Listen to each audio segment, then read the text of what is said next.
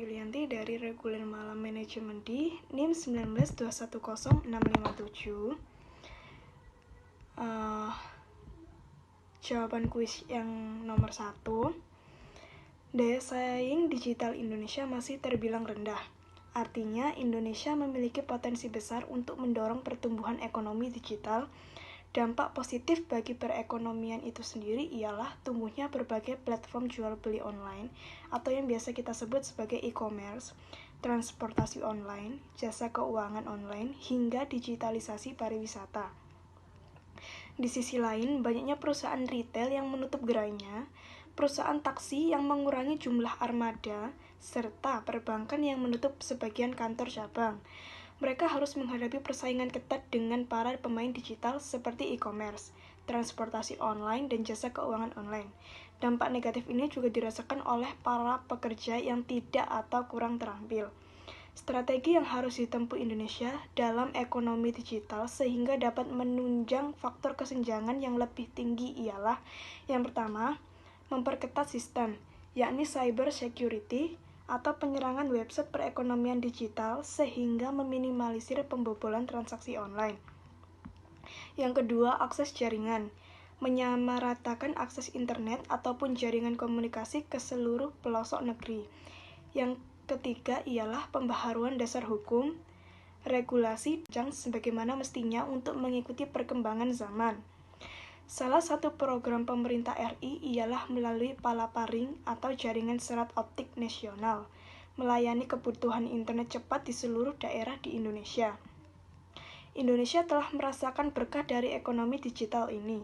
Tidak hanya dari platform digital marketplace konvensional, masyarakat Indonesia mampu melihat celah dari berbagai kanal media dan komunikasi digital yang dimiliki. Ini adalah sebuah kreativitas yang luar biasa. Mungkin tidak banyak masyarakat negara lain yang cara-cara berjualan di pasar-pasar digital seperti di Indonesia. Dalam lingkup yang kecil-kecil, mungkin juga dalam kapasitas yang kecil-kecil, tapi banyak masyarakat yang melakukannya. Potensi mengembangkan ekonomi digital seperti ini harus dimanfaatkan sebaik-baiknya. Terlebih, pembangunan infrastruktur telekomunikasi jaringan internet yang berkecepatan tinggi, yaitu Palaparing yang terhubung dan menghubungkan lebih dari 500 kabupaten dan kota yang ada diprediksi akan terus meningkatkan konektivitas. Nomor 2, langkah Bank Sentral dalam menyikapi menurunnya globalisasi dan meningkatnya digitalisasi. Pada era digitalisasi, layanan finansial konvensional telah beralih ke dunia digital. Bank Indonesia pun aktif mengeksplorasi perkembangan bank sentral tidak kecolongan dengan digitalisasi. Tujuannya agar fungsi bank sentral dalam peredaran uang, kebijakan moneter, dan menjaga stabilitas keuangan bisa tetap berlangsung di era digitalisasi.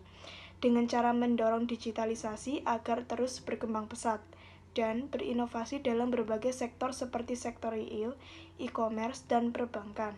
Namun, inovasi itu juga harus sejalan dengan berkembangnya perlindungan konsumen dan risiko, serta menjunjung tinggi perkembangan dalam kepentingan nasional agar tetap terjaga dalam digitalisasi antar negara.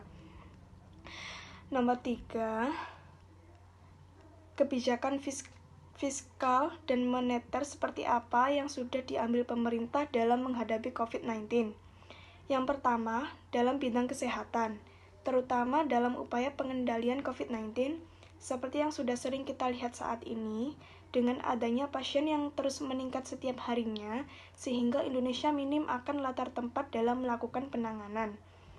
Maka banyak tempat umum seperti mal yang dengan sengaja dijadikan sebagai tempat penanganan bagi para pasien COVID-19 yang dikarenakan penuhnya rumah sakit. Kedua, social safety, yakni protokol kesehatan yang wajib banget diketahui dan dijalankan selama pandemi ini berlangsung guna membebaskan kondisi ini dan kembali menjadi normal kembali, sehingga perekonomian Indonesia ikut normal. Yang ketiga, insentif ekonomi bagi pelaku usaha dan usaha mikro, kecil, dan menengah atau UMKM, sehingga bisa tetap berproduksi dan terhindar terjadinya pemutusan hubungan kerja atau PHK. Pengambilan kebijakan ini memang memiliki risiko yang besar karena mayoritas berasal dari sektor informal. Pemerintah harus menyiapkan insentif khusus untuk sektor informal, di mana pandemi ini akan mengunci distribusi barang dan jasa yang otomatis akan memperburuk perekonomian, terutama kalangan sektor informal. Peace.